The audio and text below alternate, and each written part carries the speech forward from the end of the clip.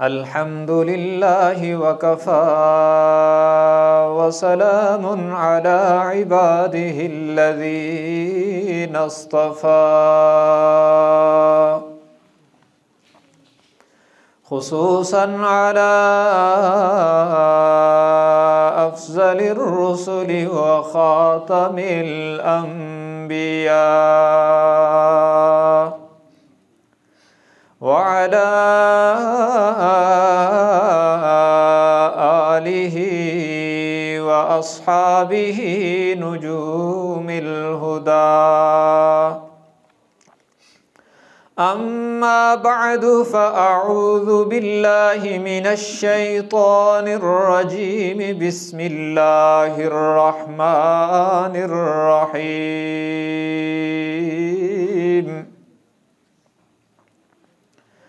कुन्तुम Khaira उम्मतिन उखरिजत लिन्नासि तअमुरूना bill मारूफि व तन्हौना अनिल मुनकरि व तु'मिनूना बिल्लाह।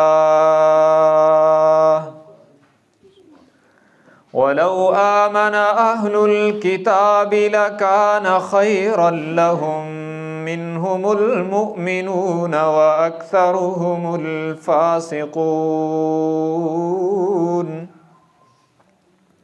वक़ाल अन्नबी सल्लल्लाहु तबारक व तआला अलैहि वसल्लम खैरुकुम मन तअल्लमल क़ुरआन व अल्लमह। औ कमा क़ाल अन्नबी सल्लल्लाहु तबारक व तआला अलैहि वसल्लम।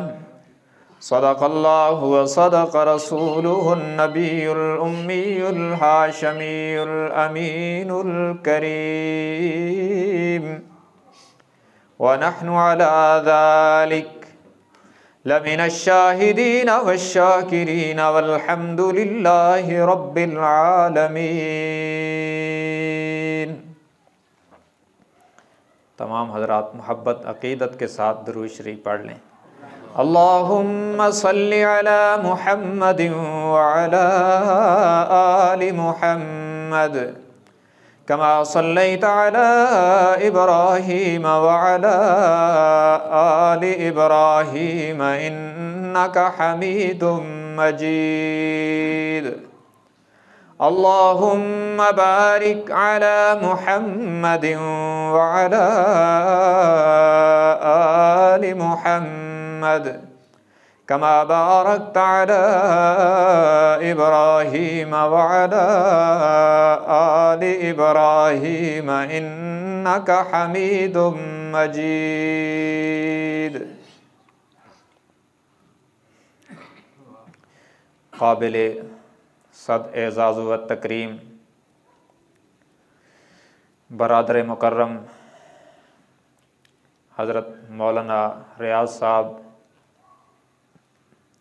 और फ़ाज़िल नौजवान हज़रत मौलाना वसीम साहिब, वाजिबुल एहतराम बुज़ुर्गान मोहतरम, अज़ीज़ नौजवान साथियों, आप तमाम हज़रात को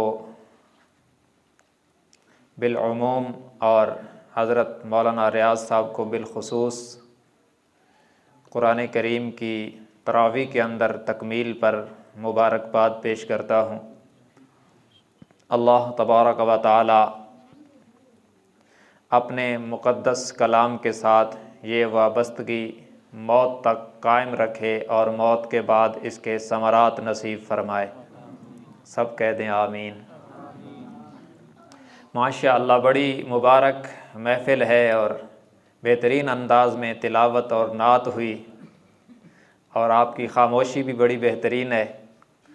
तो भाई थोड़ा सा ताउन करें, क्योंकि ये वो जगह है जहाँ से मैंने बोलना सीखा है। तो आप लोग बिलख़ुसूस हज़रत हाफ़िज़ साहब और बिलउमूम आप सारे, आप तो मेरे मोहसिन हो कि यहाँ मैंने बोलना सीखा है। जब टूटे फूटे लफ्ज़ बोलते थे तो हाफ़िज़ साहब मुझे यहाँ लाते थे और मैंने ट्रेनिंग की है जिन जगहों पर, उनमें ये सर फहरिस्त है ये जगह भी। तो आप मेरे साथ बोलें। आपको पता है मैं आपको देख नहीं रहा, तो आप अगर चुप करके बैठे रहेंगे तो मैं तो यही समझूंगा कि सारे उठ के घर चले गए। तो इसलिए आप बोलते रहेंगे तो इंशाअल्लाह आपका वक्त ज़ाया नहीं होगा और मुख्तसर वक्त में बहुत सी बातें मैंने अर्ज़ करनी हैं अल्लाह की तौफ़ीक़ के साथ, क्योंकि रातें भी मुख्तसर हैं और गंदम की कटाई का मौसम है और ज़मींदार तो वैसे ही थके हुए होते हैं। लेकिन थोड़ा सा वक्त आप थकावट उतार कर बेदारी के साथ और ज़ौक़ के साथ, वलवले के साथ, वजद के साथ, ईमान की ताज़गी के साथ बैठें, बेदारी का सबूत दें और सब हज़रात एक बार ज़ौक़ और शौक़ से कह दें सुबहान अल्लाह, माशाअल्लाह। इस तरह ज़ौक़ रहा ना तो इंशाअल्लाह आपका वक्त ज़ाया नहीं होगा।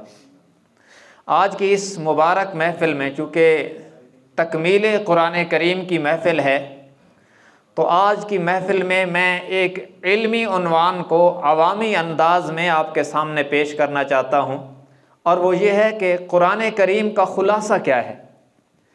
कुरान करीम की तफसीर वो तो हज़रत मौलाना रियाज साहब आपको दरस कुरान देते हैं और आपका दरस कुरान मुकम्मल भी हो चुका है माशाअल्लाह, अल्लाह ताला मुबारक फरमाए। तफसील का तो ये टाइम नहीं है, मैं आपके सामने ख़ुलासा पेश करने लगा हूँ कि पूरे कुरान का ख़ुलासा क्या है। अल-हम्द की अलिफ से लेकर वन्नास की सीन तक कुरान करीम में अल्लाह तबारक व तआला ने जो कुछ फरमाया, अगर चंद लफ्ज़ों में उसको बयान किया जाए तो वो क्या है।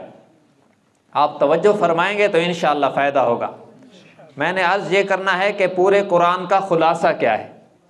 मैंने अर्ज़ क्या करना है, पूरे कुरान का ख़ुलासा क्या है, इसको अवामी अंदाज में मैंने अर्ज़ करना है। ऐसा अंदाज नहीं होगा कि आपके ऊपर से गुजर जाए और आप कहें कि दरसगाह में सबक हो रहा है, ऐसा नहीं होगा। इंशाअल्लाह दरसगाह का सबक दरसगाहों में होता है, ये तकमील कुरान की तकरीर है और अवामी अंदाज में होगी इंशाअल्लाह। तो पूरे कुरान का ख़ुलासा 3 बातें। पूरे कुरान का ख़ुलासा कितनी बातें? 3 बातें। आप बोलते रहेंगे तो इंशाअल्लाह आपको सबक याद करवाना है ना। पूरे कुरान का ख़ुलासा 3 बातें हैं। नंबर 1, मखलूक खुदा राज़ी हो। नंबर 2, जनाब मोहम्मद मुस्तफ़ा राज़ी हूँ सल्लल्लाहु अलैहि वसल्लम। और नंबर 3, खुद खुदा राज़ी हो। पूरे कुरान का ख़ुलासा 3 बातें हैं।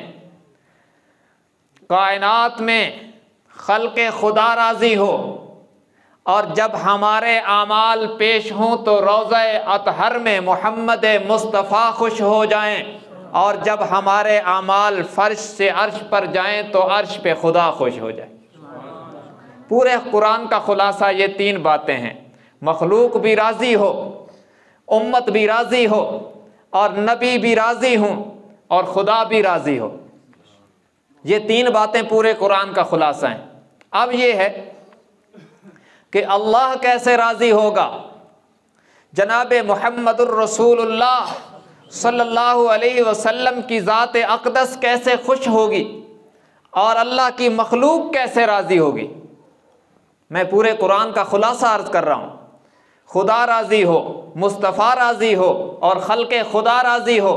अल्लाह कैसे राज़ी होगा, हुज़ूर सल्लल्लाहु अलैहि वसल्लम की रज़ा कैसे मिलेगी, और मखलूक की रज़ा कैसे मिलेगी।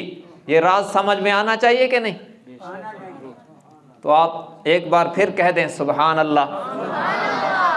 दुरूद शरीफ पढ़ लें ताकि मजलिस बाबरकत हो जाए। अल्लाहुम्मा सल्लि अला मुहम्मदिन नबिय्यिल उम्मी व अला आलिहि व सल्लिम तस्लीमा। याद रखें, खुदा कैसे राज़ी होगा, मुस्तफ़ा कैसे राज़ी होंगे, और मखलूक खुदा कैसे राज़ी होगी। इसमें भी 3 बातें। एक एक बात कहूँगा। अल्लाह राज़ी होता है इबादत से, और जनाब मुहम्मदुर रसूलुल्लाह सल्लल्लाहु अलैहि वसल्लम की खुशी हासिल होती है उनकी इताअत से, सुन्नत पर अमल करने से। और मखलूक खुदा राज़ी होती है खिदमत से। अल्लाह की रज़ा मिलती है जब बंदा रब की इबादत करता है, और हुजूर सल्लल्लाहु अलैहि वसल्लम की खुशी मिलती है जब हमारे आमाल वहाँ पेश होते हैं। तब जब उम्मती अपने नबी की मान के चलता है, सुन्नत उसकी ज़िंदगी में होती है, तो हुजूर खुश हो जाते हैं। और जब मखलूक की खिदमत बंदा करता है तो फिर सारी मखलूक राज़ी हो जाती है। और जिससे खल्के खुदा राज़ी हो, मोहम्मद मुस्तफ़ा राज़ी हो और ख़ुद खुदा राज़ी हो, उसके लिए मौत खुशियों का परवाना लाती है। तो अल्लाह राज़ी किससे होता है? इबादत से। अल्लाह राज़ी किससे होता है? इबादत से। इबादत क्या है? इबादत क्या चीज़ है? हम समझते हैं कि सिर्फ नमाज पढ़ना इबादत है। याद रखना, अल्लाह का जिस वक्त जो बंदों को हुक्म हो उस वक्त उस हुक्म को मानना इबादत है। देखें ना, अगर कोई शख्स फजर की नमाज पढ़े और फिर वहीं जिक्र अज़कार करता रहे और इशराक भी पढ़ के जाए तो मकबूल हज और उम्रे का सवाब पाता है। कह दें सुबहान अल्लाह। लेकिन आपको मसला तो यहां से बताया गया होगा कि ईद वाले दिन इशराक नहीं है। क्यों? यहाँ अल्लाह का हुक्म नहीं है। अब ये है कि फजर के बाद नमाज ईद पढ़नी है, दरमियान में नफल कोई नहीं है। अब ये सवाब नहीं रहा। अब सवाब ये है कि फजर की नमाज पढ़ ले और फिर नमाज ईद पढ़ ले। तो अल्लाह का हर हुक्म, जिस वक्त जो हुक्म हो उस हुक्म को उस वक्त मानना इबादत है। सही नीयत, सही अकीदे और सही तरीके के साथ अल्लाह का बर वक्त हुक्म मान लेना, उसके सामने सर तस्लीम खम कर देना, उसके सामने सलेंडर कर देने का नाम इबादत है। और ये इबादत सिर्फ मैं और आप नहीं करते, सारी मखलूक कर रही है। कह दें सुभान अल्लाह। सारी मखलूक ये इस इबादत में मसरूफ है। तर्ज अपना अपना है, अंदाज अपना अपना है, और हमें तो आर्डर है, या अय्युहन्नास उअबुदू रब्बकुमुल्लज़ी खलक़कुम वल्लज़ीना मिन क़ब्लिकुम लअल्लकुम तत्तक़ून। रब्बुल आलमीन ने फरमाया, लोगों अपने उस रब की इबादत करो जिसने तुम्हें पैदा किया और तुमसे पहले लोगों को भी पैदा फरमाया। हमें तो उसका आर्डर है, हमने हर हाल में उसकी इबादत करनी है, हर हाल में उसकी मान के चलनी है। अल्लाह ने हमें अशरफुल मखलूकात बनाया, सारी मखलूक की सरदारी का ताज रब्बुल आलमीन ने औलाद आदम के सर पे रख के फरमाया, वलक़द कर्रमना बनी आदम। हमने सारी मखलूक में से बनु आदम को, औलाद आदम को इज्जत और शर्फ अता फरमाया। हमें रब्बुल आलमीन ने अपनी कुदरत के हाथों से बनाया, खलक़तुहु बियदैया, अपनी कुदरत के हाथों से बनाया और बना के सजाया, और सजा कर फिर कसमें उठा के फरमाया, वत्तीन वज़्ज़ैतून वतूर सीनीन वहाज़ल बलदिल अमीन लक़द खलक़नल इंसान फ़ी अहसनि तक़वीम। फरमाया, कसम है इंजीर की, कसम है जैतून की, कसम है कोहे तूर की, और कसम है अमन वाले शहर मक्का की। अलबत्ता तहकीक पक्की बात है, लोगों गौर से सुन लो, तुम्हारी नजर जब कायनात पे पड़ेगी, मेरी रंगीनियां नजर आएंगी, मेरी कुदरत के हसीन मज़ाहिर नजर आएंगे, बरगो बहार नजर आएंगे, हजरो शजर नजर आएंगे, शामो सहर नजर आएंगे, हर तरफ मेरी कुदरत के रंग बिखरे हुए नजर आएंगे, हर तरफ मेरी कुदरत के हसीन नजारे नजर आएंगे। लेकिन फरमाया, उन तमाम हसीन नजारों में मैंने जिसे सबसे खूबसूरत तरीन बनाया उसे इंसान कहते हैं। इसे बनाया, बना के सजाया, और फिर कसमें उठा उठा के बतलाया कि तू सबसे खूबसूरत है, तेरी तस्वीर मैंने बनाई है। दुनिया वाले तस्वीरें बनाते हैं, कहते हैं जनाब ये बड़ा हाई कैमरा है, इसकी तस्वीर की क्या बात है, जबकि रब कहता है, हुवल्लज़ी युसव्विरुकुम फिल अरहाम कैफ़ यशा ला इलाहा इल्ला हुवल अज़ीज़ुल हकीम।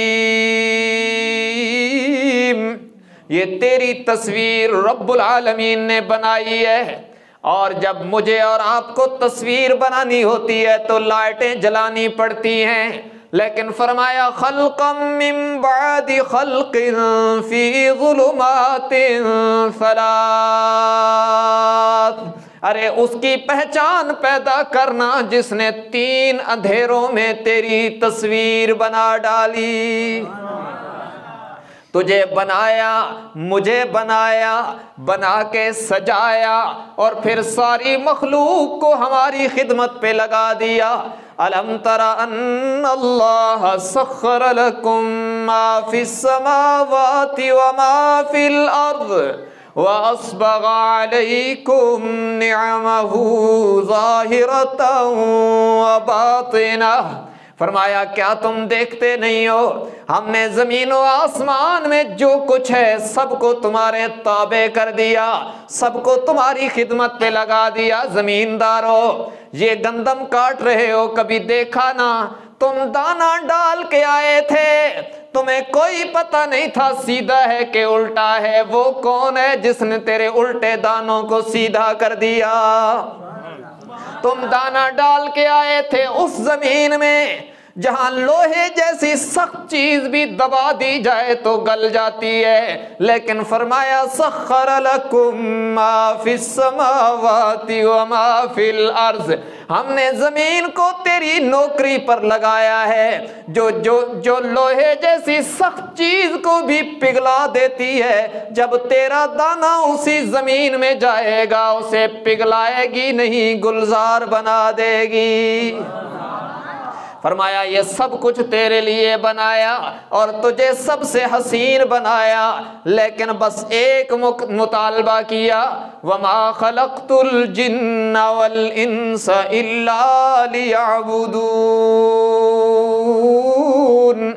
बस एक मुतालबा किया कि तू मेरा हो जा, सब कुछ तेरे लिए है और तू मेरे लिए है। इसको इबादत कहते हैं। और ये सारी मखलूक कर रही है अपने अपने अंदाज में। व इम मिन शैइन इल्ला युसब्बिहु बिहम्दिही वलाकिन ला तफ़क़हून तस्बीहहुम। रब्बुल आलमीन ने फरमाया कायनात की हर चीज मेरी इबादत में लगी हुई है। और परिंदे, ये परिंदे जो आप देखते हैं ये तो बाजमात इबादत कर रहे हैं।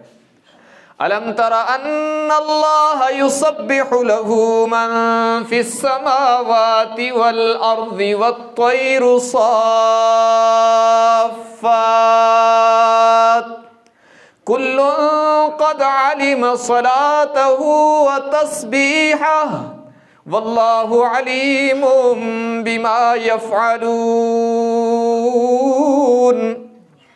फरमाया ये परिंदे तो बाजमात मेरी तस्बीह कर रहे हैं, ये देखते नहीं हो?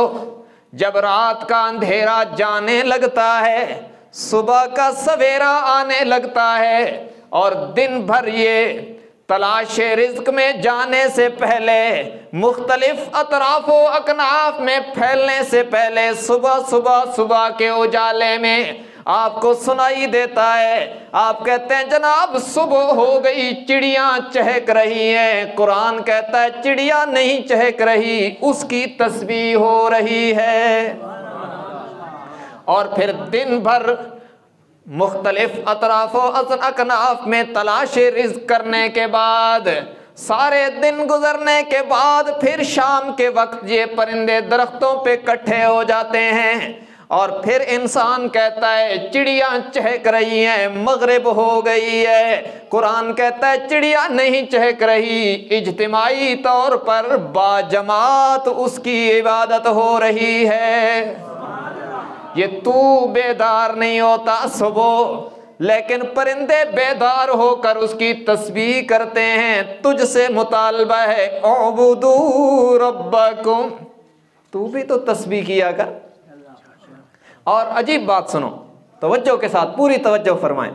ये जो मुख्तलिफ चीज़ें बोलती हैं ना, बाज़ बुजुर्गों पर अल्लाह ने इस चीज को खोला कि ये जो चीज बोल रही है क्या कहती है। तो उन्होंने कहा ये जो कुत्ता है, हम समझते हैं कि कुत्ता भौंक रहा है, ये एक बुराई का इस्तिआरा है, लेकिन बाद बुजुर्गों ने कहा ये कहता क्या है? ये कहता है अल्हम्दुलिल्लाहिल्लज़ी जअलनी कल्बन व लम यजअलनी हिमारा। या अल्लाह तेरा शुक्र, तूने मुझे कुत्ता तो बनाया लेकिन गधा नहीं बनाया। क्यों? इन्ना अनकरल अस्वाति लसौतुल हमीर। कुरान करीम में रब्बुल आलमीन फरमाते हैं सबसे नापसंदीदा आवाज गधे की है। तो वो कहता है या अल्लाह शुक्र है तूने कुत्ता बनाया, गधा तो नहीं बनाया, उसकी आवाज सबसे नापसंदीदा है। और वो भी अल्लाह की तस्बीह करता है गधा। जो इतनी बुराई का इस्तिआरा है, कोई आदमी उल्टा काम करे कहते हैं छोड़ो यार खोता है, लेकिन वो क्या कहता है? वो कहता है अल्हम्दुलिल्लाहिल्लज़ी जअलनी हिमारन व लम यजअलनी खिंजीरा। या अल्लाह तेरा शुक्र है तूने गधा बनाया, खिंजीर नहीं बनाया, जो मनहूस तरीन जानवर है। और वो भी तस्बीह करता है, जो गाली समझा जाता है। वो क्या कहता है? वो कहता है अल्हम्दुलिल्लाहिल्लज़ी जअलनी खिंजीरन व लम यजअलनी तारिक़स्सलाह। या अल्लाह तेरा शुक्र है तूने मुझे खिंजीर बना दिया, बेनमाजी नहीं बनाया। क्यों? वो कहता है या अल्लाह तूने शुक्र है खिंजीर बनाया, बेनमाजी नहीं बनाया कि जो सजा उसे मिलेगी मुझे तो नहीं मिलेगी ना। फिर हम अपने अपने गिरेबान में झांक के देख लें कि हम किस कैटेगरी में हैं। क्या नमाज मेरी और आपकी जिंदगी में है कि नहीं है? है तो उस पर अल्लाह का शुक्र अदा करें, नहीं है तो आज से अहद करें कि इंशाअल्लाह नमाज नहीं छोड़ेंगे। सारे इंशाअल्लाह कह दो। हो सकता है कबूलियत के लम्हे हैं और ये अदा रब को भा जाए और अल्लाह हमें तौफीक दे दे, तो इंशाअल्लाह नमाज नहीं छोड़ेंगे। तो बहरहाल पहली बात, अल्लाह राजी होता है इबादत से। हुजूर सल्लल्लाहु अलैहि वसल्लम कैसे राजी होते हैं? हुजूर की रजा मिलती है इताअत से, सुन्नत पर अमल करने से। और सुन्नत पर अमल करने से सिर्फ ये नहीं कि हुजूर की रजा मिलती है, सुन्नत पर अमल करने से बंदा अल्लाह का वली बन जाता है।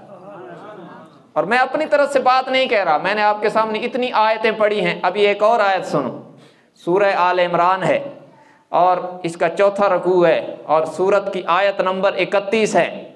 ये देख भी सकते हैं आप।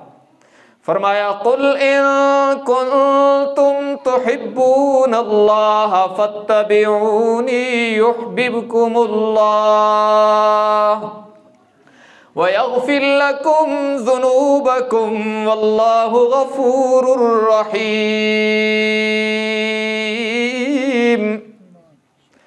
कह दें सुभान अल्लाह। इस हमारी कौम का हाल ये मजमूई तौर पर, मैं इधर कोई शेर पढ़ूं तो ये सब झूमेंगे, और इनको कुरान पढ़ते हैं तो इन टस से मस नहीं होते क्योंकि कुरान इनको समझ में नहीं आता। मैं अभी कोई पंजाबी का शेर पढ़ूं तो ये सारे झूम उठेंगे, और मैं वो भी पढ़ सकता हूं, लेकिन मैं चाहता हूं आपको अल्लाह का कलाम सुनाऊं। कुरान कहीं ये शिकायत ना कर दे कि या अल्लाह ये सैफुल मुलूक पे झूमते थे और जब मेरी आयत पढ़ी जाती थी तो चुप करके बैठते थे। तो कह दें सुभान अल्लाह। कुल इन कुंतुम तुहिब्बूनल्लाह फत्तबिऊनी युहब्बिबकुमुल्लाहु व यग़फिर लकुम ज़ुनूबकुम वल्लाहु गफ़ूरुर रहीम। रब्बुल आलमीन ने फरमाया मेरे महबूब अपनी कौसर और तस्लीम से धुली हुई जुबान के साथ इन्हें बतला दीजिए, क़यामत तक आने वाले मेरे बंदों और बंदियों को मेरा ऐलान सुना दीजिए। अगर ये चाहें कि इनका ताल्लुक मेरी ज़ात के साथ मजबूत हो जाए, मेरे पसंदीदा बन जाएं, मेरा ताल्लुक इनसे मजबूत तर हो जाए, तो इन्हें नुस्खा बतला दीजिए, फत्तबिऊनी युहब्बिबकुमुल्लाह। इन्हें फिर बतला दीजिए कि मेरी सुन्नत पर अमल किया करें। इन्हें बतला दीजिए मेरी मोहब्बत हासिल करने के लिए मेरे महबूब की अदाएं ज़रूरी हैं, उनकी सुन्नत पर अमल करना ज़रूरी है, जिन्हें रब्बुल आलमीन ने ख़त्म नबूवत का ताज पहना कर भेजा और मोहम्मद नाम रख दिया सल्लल्लाहु अलैहि वसल्लम। नाम रख कर फिर कुरान में उसे सजा कर पैगाम दिया, लोगों मेरे महबूब का नाम ऐसा है, जब ये मुबारक नाम मोहम्मद सल्लल्लाहु अलैहि वसल्लम, जब ये मुबारक नाम तुम्हारी ज़ुबानों पे आएगा लब मिल जाएंगे, जब इनका तरीका तुम्हारी जिंदगी में आएगा तो रब मिल जाएगा। इधर वाले भी कह देना सुभान अल्लाह। तो इताअत और सुन्नत पर अमल करने से हुजूर की रजा मिलती है, और जिस पर खुदा भी राजी हो, मुस्तफ़ा भी राजी हो, वो खुशकिस्मत नहीं तो क्या है। लेकिन पता क्या है, सहाबा किराम अमल करते थे सुन्नत समझकर, सहाबा किराम सुन्नत समझ के करते थे, और हम सुन्नत समझ के छोड़ देते हैं। पता है क्या, हम कहते हैं छोड़ो मौलवी साहब सुन्नत ही तो है। ये जुमला कितना खतरनाक है। कहते हैं छोड़ो जी सुन्नत ही तो है, ये सुन्नत पढ़ लें तो सवाब है, न पढ़ें तो गुनाह कोई नहीं। ये हमारे फलसफे हैं आज के दौर में। हशर में अल्लाह के नबी को क्या मुंह दिखाएंगे जो कहते हैं बादशाह सुनता पढ़ो तो सवाब है, न पढ़ो तो गुनाह कोई नहीं लबड़ा। गुनाह लबड़े बंदा अल्लाह की नजर से गिर जाता है, और अगर सुन्नत उसकी जिंदगी में आए तो ये अल्लाह का वली बन जाता है। तो इसलिए ये अहद करो आज की मजलिस में कि सारी सुन्नतें पढ़ेंगे, रिवाजी नमाजी नहीं सुन्नी नमाजी बनो। हम पता क्या करते हैं, हमारे यहाँ रिवाजी नमाजी हैं, जुमे पर चले जाते हैं, पहले वाली सुनते भी गैब और बाद वाली सुनते तो कभी पढ़ी ही नहीं। नमाज फर्ज का सलाम फिरने की देर है, सारी मस्जिदें खाली हो जाती हैं, लोग भाग जाते हैं, सुनते पढ़ना ये कोई नमाज ही नहीं समझ रहे। जब अल्लाह के हबीब की अदाओं को हम मामूली समझकर नज़रअंदाज कर देंगे तो फिर ख़तरा है कि अल्लाह हमें नज़रअंदाज न कर दे। इसलिए नमाजियों से मैं कहता हूँ, जुमा पढ़ने वालों से कि सुन्नत न छोड़ना। इंशाअल्लाह इरादा करते हैं सुन्नत नहीं छोड़ेंगे, अल्लाह के नबी का तरीका जिंदा करेंगे, तो फिर हमारे आमाल जब पेश होंगे हुजूर सल्लल्लाहु अलैहि वसल्लम के पास, अल्लाह के नबी खुश हो जाएंगे उम्मत के, और किसी उम्मती के अमल को देखकर हुजूर खुश हो जाएं तो समझो कि अल्लाह भी खुश हो गया। बहरहाल दो बातें हो गई, अल्लाह राजी होता है इबादत से, हुजूर सल्लल्लाहु अलैहि वसल्लम की खुशनुदी मिलती है इताअत से। अब तीसरी बात और आखिरी बात, मखलूक राजी होती है खिदमत से। खिदमत जब की जाती है ना तो फिर मखलूक खुदा राजी होती है, और हमारी खिदमत के सबसे पहले मुस्तहिक कौन है? हमारी खिदमत के सबसे पहले मुस्तहिक हमारे माँ बाप हैं। आज के दौर में वो नबी अलैहिस्सलाम ने फरमाया था ना, क़यामत की अलामात में जिब्राईल अलैहिस्सलाम ने हुजूर से पूछा था कि मतस्सा, क़यामत कब आएगी? ये उलमा बैठे इनसे पूछ लेना, मैं हदीस पढ़ रहा हूँ, अल्लाह के नबी का फरमान, और मिशकात में ये मशहूर रिवायत, हजरत जिब्राईल अलैहिस्सलाम ने हुजूर से पूछा मतस्सा, क़यामत कब आएगी? आपने फरमाया मल मसऊल अन्हा बिआलम मिनस साइल, क़यामत कब आएगी तुझे भी नहीं पता, मुझे भी नहीं पता। तो उन्होंने अर्ज़ की कि उसकी अलामात क्या हैं, निशानियाँ क्या हैं? तो आपने पहली निशानी बतलाई अंतलिदल अमत रब्बतहा, क़यामत उस वक्त आएगी जब बेटियां नाफरमान हो जाएंगी। देखें, बेटियां नाफरमान हो जाएंगी। बेटी और माँ का रिश्ता बहुत गहरा होता है, उससे जितना बेटे और बाप का होता है, लेकिन फरमाया इस कदर तब्दीली आएगी कि बेटियां भी नाफरमान हो जाएंगी। तो फिर समझना कि क़यामत करीब आ गई है। और मन अक्का वालिदहु व अता सिद्दीक़हु, के क़यामत की अलामात में से है बेटा दोस्तों की मानेगा, बाप की नहीं मानेगा। दोस्तों के करीब होगा, बाप से दूर होगा। ये क़यामत की अलामात में से है। तो खिदमत के सबसे पहले मुस्तहिक वालिदैन है। अल्लाह के नबी ने फरमाया, क़ाल नबी सल्लल्लाहु अलैहि वसल्लम रिज़र रब्बी फ़ी रिज़ल वालिद, फरमाया अल्लाह की रज़ा तुम्हारे वालिदैन की रज़ा में है। अल्लाह की रज़ा तुम्हारे वालिदैन की रज़ा में है। और ये कहते हैं बादशाह तुसी पुराने लोग चुप करके बैठा करो भाई, इनकी आह निकल गई तो तेरी और मेरी जिंदगी तबाह हो जाएगी, दुनिया और आखिरत दोनों की। और इनकी दुआ मिल गई तो हमें वहां पहुंचाएगी जहां सदियों की इबादत से नहीं पहुंचा जा सकता। मालिक इब्ने दीनार रहमतुल्लाह अलैह बहुत बड़े वली हैं, बहुत बड़े वली गुजरे हैं। मैं उनका एक वाक़या आपको सुनाता हूँ इबरत के लिए। हज़रत मालिक इब्ने दीनार रहमतुल्लाह अलैह हज पे तशरीफ़ ले गए और फरमाते हैं कि उस साल लाखों का मजमा था। अल्लाह वालों की बातें बड़ी अजीब होती हैं। कहते हैं मेरे दिल में ख्याल आया तो मैंने अल्लाह से अर्ज़ कर दी, मैंने कहा या अल्लाह इतने लोग आए हैं, कोई ऐसा भी है जिसका हज कबूल ना हो। कहते हैं कि मैं ये दुआ करके सो गया, ख्वाब में किसी ने आके कहा कि हाँ एक बंदा ऐसा है जिसका हज कबूल नहीं हुआ। वो कौन है? तो उसने कहा कि वो मोहम्मद बिन हारून बल्खी है, उसका हज कबूल नहीं हुआ। कहते हैं मैं बेदार हुआ तो सुबह मैं तलाश करने लगा कि बल्ख वालों के खैमे कहाँ हैं। ये बुखारा का इलाका, अफ़गानिस्तान वाली साइड के परली तरफ। कहते हैं मुझे लोगों ने बतलाया कि फ़लाँ तरफ बल्ख वालों के खैमे लगे हुए हैं। मैं उधर गया, मैंने कहा मोहम्मद बिन हारून बल्खी कौन है? उन्होंने कहा तुझे उससे क्या काम है, वो तो बहुत नेक आदमी है और उसका ये 24वां हज है। कहते हैं मैंने कहा यार मुझे उससे मिलना है। तो उन्होंने कहा कि वो फ़लाँ उस पहाड़ के पीछे खैमा लगा हुआ है, उसमें वो होगा और अल्लाह की इबादत में मसरूफ़ होगा। कहते हैं मैं गया, मैंने देखा कि बंदे के पेशानी पर मेहराब है, इबादत के निशान भी हैं और खैमे में बैठकर अल्लाह की इबादत कर रहा है, नवाफिल में मसरूफ़ है। कहते मैं बैठ गया, जब उसने सलाम फेरा मैंने अस्सलाम वालेकुम कहा तो मैंने कहा कि आप मोहम्मद बिन हारून बल्खी हो?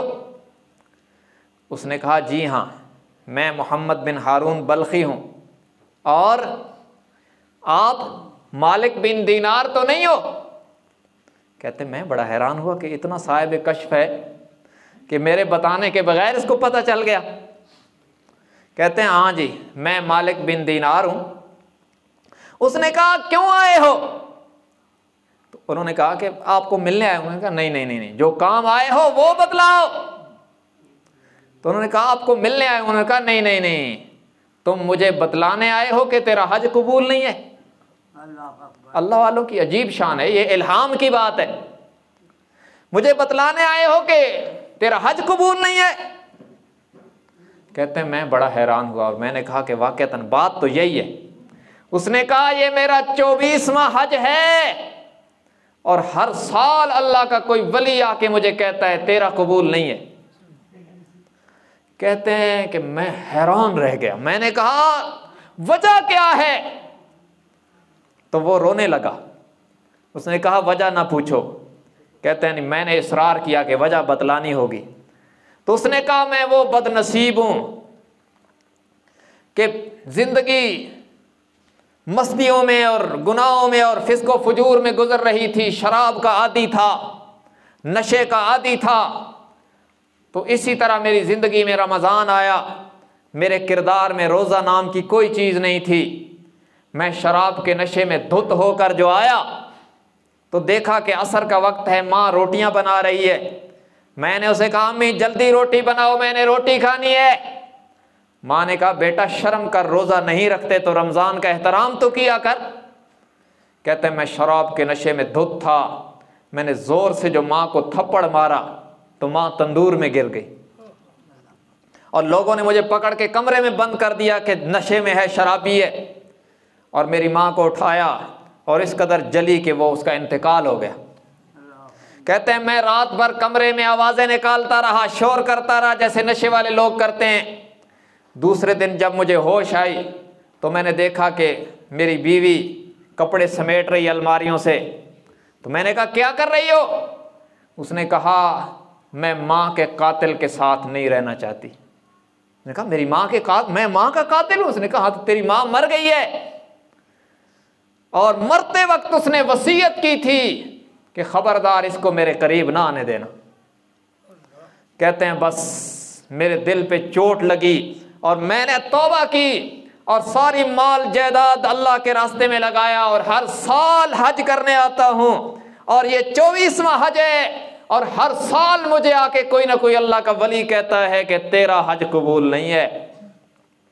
हमें तो बड़ा नाज है ना कि मैं बड़ा मौलवी हूँ और मैं बड़ा हाजी हूँ और जनाब मेरे वालिदैन तो अनपढ़ हैं, इनको क्या पता है।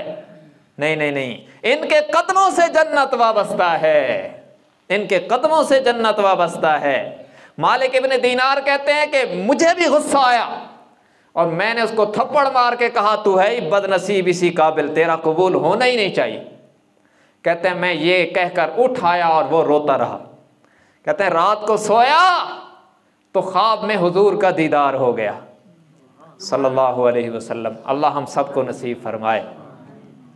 कहते हैं हुजूर अलैहिस्सलाम ने मुझे फरमाया मालिक इब्न दीनार तूने उसे मायूस कर दिया। सुनो क़यामत के दिन इसी माँ की वजह से उसकी बख्शिश होगी। कहते हैं मैं हैरान हुआ कैसे होगी। मैंने अर्ज की या रसूल अल्लाह सल्लल्लाहु अलैहि वसल्लम माँ की वजह से बख्शिश कैसे होगी, ये तो इतना बड़ा नाफरमान है। आपने फरमाया हशर में जब आएगा इसकी माँ इसके खिलाफ मुकदमा दायर करेगी अल्लाह की अदालत में कि इसने मुझे जलाया, ये मेरा नाफरमान था। अल्लाह की तरफ से आर्डर आएगा फरिश्तों को कि इसे पकड़ के जहन्नम में डाल दो। खुदूहु फगुल्लूहु सुम्मल जहीम सल्लूहु सुम्म फी सिलसिलतिन ज़रउहा सबऊन ज़िराअन फस्लुकूहु इन्नहु कान ला युमिनु बिल्लाहिल अज़ीम। फरिश्ते पकड़ के जहन्नम में ले जाने लगेंगे। ये बार बार मुड़ के अपनी माँ को देखेगा, कहेगा अम्मी मुझे जलाने लगे हैं, अम्मी मुझे जलाने लगे हैं। जब जहन्नम के बिल्कुल करीब पहुंचेगा और कहेगा अम्मी बस मैं जहन्नम में गिरने लगा हूं, तो नबी अलैहिस्सलाम ने फरमाया मालिक जब इसकी माँ देखेगी कि मेरा बेटा आग में गिरने लगा है, वो कहेगी या अल्लाह मैंने इसे माफ कर दिया, तू भी इसे माफ कर दे, मैं बेटे को जहन्नम में जलना तो बर्दाश्त नहीं कर सकती। कहते इस अदा पर अल्लाह उसे माफ कर देगा और इसी माँ की बरकत से वो फिर जन्नत में जाएगा। माँ की बात सुन ली, एक बाप की बात भी सुन लो। इब्ने कसीर तफसीर इब्ने कसीर में लिखते हैं ये जो पहला पारा है और पहले पारे के 8वें रुकू में बनी इसराइल का एक वाक़या आया है गाय ज़िबा करने का। हुआ यूं था कि बनी इसराइल में एक बंदा कत्ल हो गया था और कातिल मालूम नहीं था। तो अल्लाह तबारक व तआला ने उन्हें फरमाया कि एक गाय ज़िबा करो और उसका गोश्त का टुकड़ा इसके साथ लगाओगे तो ये जिंदा होकर कातिल का नाम बतला देगा। ये कुरान में है, ये कोई मैं आपको डाइजेस्ट पढ़ के नहीं सुना रहा, कुरान का वाक़या सुना रहा हूँ। उन्होंने कोशिश की, पसोपेश की कि किसी तरह ये बात टल जाए। तो हज़रत मूसा अलैहिस्सलाम से बार बार पूछते जी गाय कैसी होनी चाहिए, उसका रंग कैसा होना चाहिए, उसकी उम्र कितनी होनी चाहिए वगैरह वगैरह। तो जो जो सवाल करते गए तो अल्लाह की तरफ से शर्तें बढ़ती गई। बिलाखिर काफ़ी शराइत के साथ कि गाय हो, जवान हो और उसका रंग गहरा हो और उसको किसी किस्म की मुशक्क़त में मुब्तला न किया गया हो, उससे हल न चलाया गया हो, उसमें कोई ऐब ना हो, इस तरह की गाय होनी चाहिए। वो गाय उन्हें बनु इसराइल के एक यतीम लड़के के पास मिली। उससे कहा भाई हमें ये गाय चाहिए। उसने कहा मैं नहीं देता। उन्होंने मिन्नत की तो बिलाखिर उसने कहा कि मैं इस शर्त पर देता हूं कि गाय भी और इस गाय का गोबर भी सोने के साथ तोल के दूंगा। तो उन्होंने ऐसे ही ले लिया, उसकी पूरी गाय, उसका गोबर, सारा सामान सोने के साथ तोल के इतना सोना देकर गाय ले ली। ये मंजर हजरत मूसा अलैहिस्सलाम ने देखा तो वो तो अल्लाह के कलीम थे ना, कोह तूर पे जाकर अल्लाह से बातें करते थे। उन्होंने रब से अर्ज की, या अल्लाह इसकी गाय और गोबर भी इसका तूने सोने के भाव तुलवा दिया, ये इत्तिफाक है या इसका कोई पसे मंजर है? तो रब्बुल आलमीन ने फरमाया, मेरे कलीम ये इत्तिफाक नहीं, ये एक नेकी का बदला है। कह दें सुभान अल्लाह, ये एक नेकी का बदला है। और वो क्या है? फरमाया, मेरे मूसा ये जो बच्चा है ना, इसके माँ बाप जब जिंदा थे तो इसको हीरों का बड़ा शौक था। ये हीरा एक पत्थर है ना, बहुत कीमती है, इसको हीरे रखने का बड़ा शौक था। जैसे आज भी नौजवानों को वो अच्छे अच्छे किस्म के नग अंगूठियों में फिट करवाने के शौक होते हैं, कोई अकीक है, कोई जमुर्द है, कोई याकूत है, वगैरह वगैरह। तो इस बच्चे को हीरों का बड़ा शौक था। तो एक दिन एक बंदा हीरा बेचने के लिए आया और बड़ी थोड़ी कीमत लगा रहा था। बाहर गली में आवाज लगी तो ये बच्चा बाहर निकला, हीरा देखा तो क्या बात है, पसंद आ गया और कीमत उसने बड़ी लो बतलाई, थोड़ी सी कीमत बतलाई। बच्चा अंदर आया और अम्मी से कहा कि अम्मी हीरा बेचने वाला आया और आज बड़ा सस्ता दे रहा है। उसने कहा, बेटा पैसे पड़े हैं लेकिन आपके अब्बू सो रहे हैं और चाबी उनके सराने के नीचे है, उनके तकिए के नीचे है, उन्हें जगाए बगैर चाबी नहीं ली जा सकती। अब आपकी मर्जी है, अब्बू को जगा लो, चाबी ले लो। उसने कहा, नहीं अब्बू को नहीं जगाते, हीरे वाले से कमिटमेंट करते हैं। वो बाहर गया और उसने कहा कि ऐसा करो 10,000 ज्यादा ले लेना, मुझे कल दे देना। हीरे वाले ने कहा, तुम ऐसा करो 10,000 और कम दे दो और आज ही ले लो। देखे ना इम्तिहान। उसने कहा, नहीं यार तुम 20,000 ज्यादा ले लेना, मुझे कल दे देना। उसने कहा 20,000 कम दे दो और आज दे दो। मिसाल के तौर पर उसने लगाया था 70, पहली कीमत, तो वो चला गया 1.5 लाख पे और हीरे वाला आ गया 30,000 पे। लेकिन मसला ये था कि वालिद साहब की नींद खराब करनी पड़ती थी।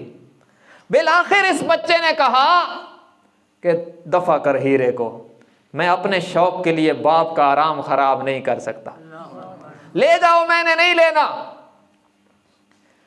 तो रब्बुल आलमीन ने फरमाया, मेरे मूसा इसकी ये अदा मुझे इतनी पसंद आई थी कि मैंने कहा दुनिया में इसकी गाय का गोबर भी सोने के भाव तुलवा कर दुनिया में हिसाब बराबर कर दूं, आखिरत का अजर तो इससे भी बड़ा होगा।